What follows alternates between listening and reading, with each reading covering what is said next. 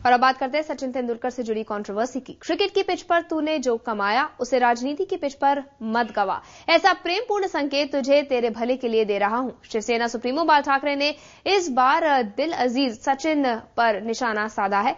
शिवसेना के मुखपत्र सामना के जरिए ठाकरे ने सचिन को एक खुली चिट्ठी लिखी है। इसके अलावा बाल ठाकरे ने एक लेख भी लिखा है। दोनों के जरिए बाल ठाकरे ने सचिन को धमकी दी है। किस तरह विधानसभा चुनाव में मिली हार से बाल ठाकरे बौखला गए हैं, आप भी देखिए।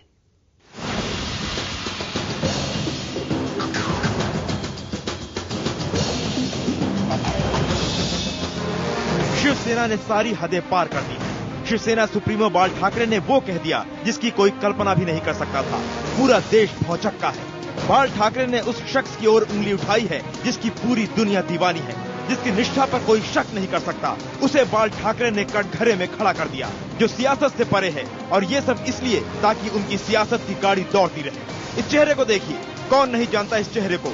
हिंदुस्तान ही नहीं, आप दुनिया के किसी भी कोने में चले जाइए, हर शख्स के लिए चेहरा जाना पहचाना है। सचिन रमेश तेंदुलकर, क्रिकेट की दुनिया का भगवान। सचिन ने अपने क्रिकेट करियर के 20 साल पूरे कर लिए हैं। पूरी दुनिया सचिन को बधाई दे रही है, लेकिन बाल ठाकरे ने सचिन को तोहफे में दी है धमकी। क्रिकेट की पिच पर तुमने जो कमाया है वो राजनीति की पिच पर आकर गवाओ मत। यही तुम्हें प्रेम से हमारी चेतावनी है, तुम्हारे हित के लिए। जी हाँ, यही धमकी है महाराष्ट्र और खासकर मुंबई को अपनी बपौती समझने वाले शिवसेना और उसके सुप्रीमो बाल ठाकरे की। असल में बाल ठाकरे को सचिन का वो बयान पसंद नहीं आया जिसमें सचिन ने मराठी से पहले खुद को हिंदुस्तानी बताया था। Well, Mumbai belongs to India. That is how I look at it. And I'm a Maharashtrian and I'm extremely proud of that. But I'm an Indian. Sachin के इसी बयान पर भड़क उठे हैं बाल ठाकरे।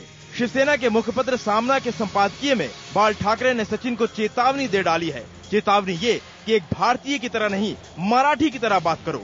बाल ठाकरे लिखते हैं, जब तू अपने बल्ले से चौका छक्का मारता है तो लोग वाहवाही करते हैं, लेकिन यदि मराठी के न्याय अधिकार के मुद्दे पर अपनी जीभ को बात बनाकर मराठियों को ठेस पहुंचाने वाले चौके छक्के मारेगा तो मराठी मानुष उसे सहन नहीं करेगा।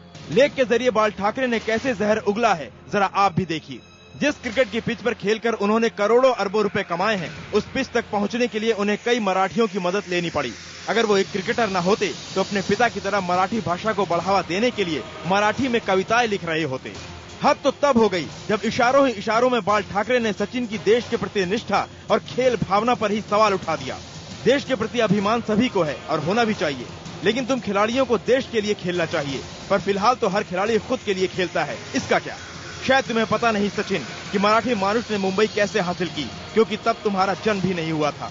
बाल ठाकरे को मालूम है कि वो सचिन की नीयत पर सवाल उठा रहे हैं। वो उस इंसान की हसरतों पर सवाल उठा रहे हैं जिसने बचपन से सिर्फ एक ही सपना देखा कि देश के लिए खेलना है, देश का नाम रोशन करना है। फिर बाल ठाकरे ने ऐसा क्यों किया? जवाब है अपनी मराठा राजनीति चमकाने के लिए। भतीजे राज की सेंध लगाई जमीन को वापस पाने के लिए जरूरी है कि वो किसी बड़ी हस्ती पर निशाना साधे। सो शिवसेना की तलाश सचिन में पूरी हो गई है, लेकिन कहीं सचिन की वजह से शिवसेना की सियासी जमीन ही नहीं खिसक जाए। बाल ठाकरे को इस बात का भी ध्यान रखना होगा। जयप्रकाश सिंह, मुंबई, IBN 7। पूरा देश बाल ठाकरे की इस धमकी से हैरान है। आप सचिन की बैटिंग पर सवाल उठा सकते हैं, उनके क्रिकेट फॉर्म पर सवाल उठा सकते हैं, लेकिन सचिन की देशभक्ति और मराठा नियत पर सवाल उठाने से 1 अरब जनता बहुत आहत हुई है। लेकिन असल सवाल यह है कि बाल ठाकरे ने ऐसा क्यों किया? जवाब है शिवसेना का लगातार खिसकता जनाधार और नफरत की राजनीति में बाल की जगह राज ठाकरे की बढ़ती पैठ।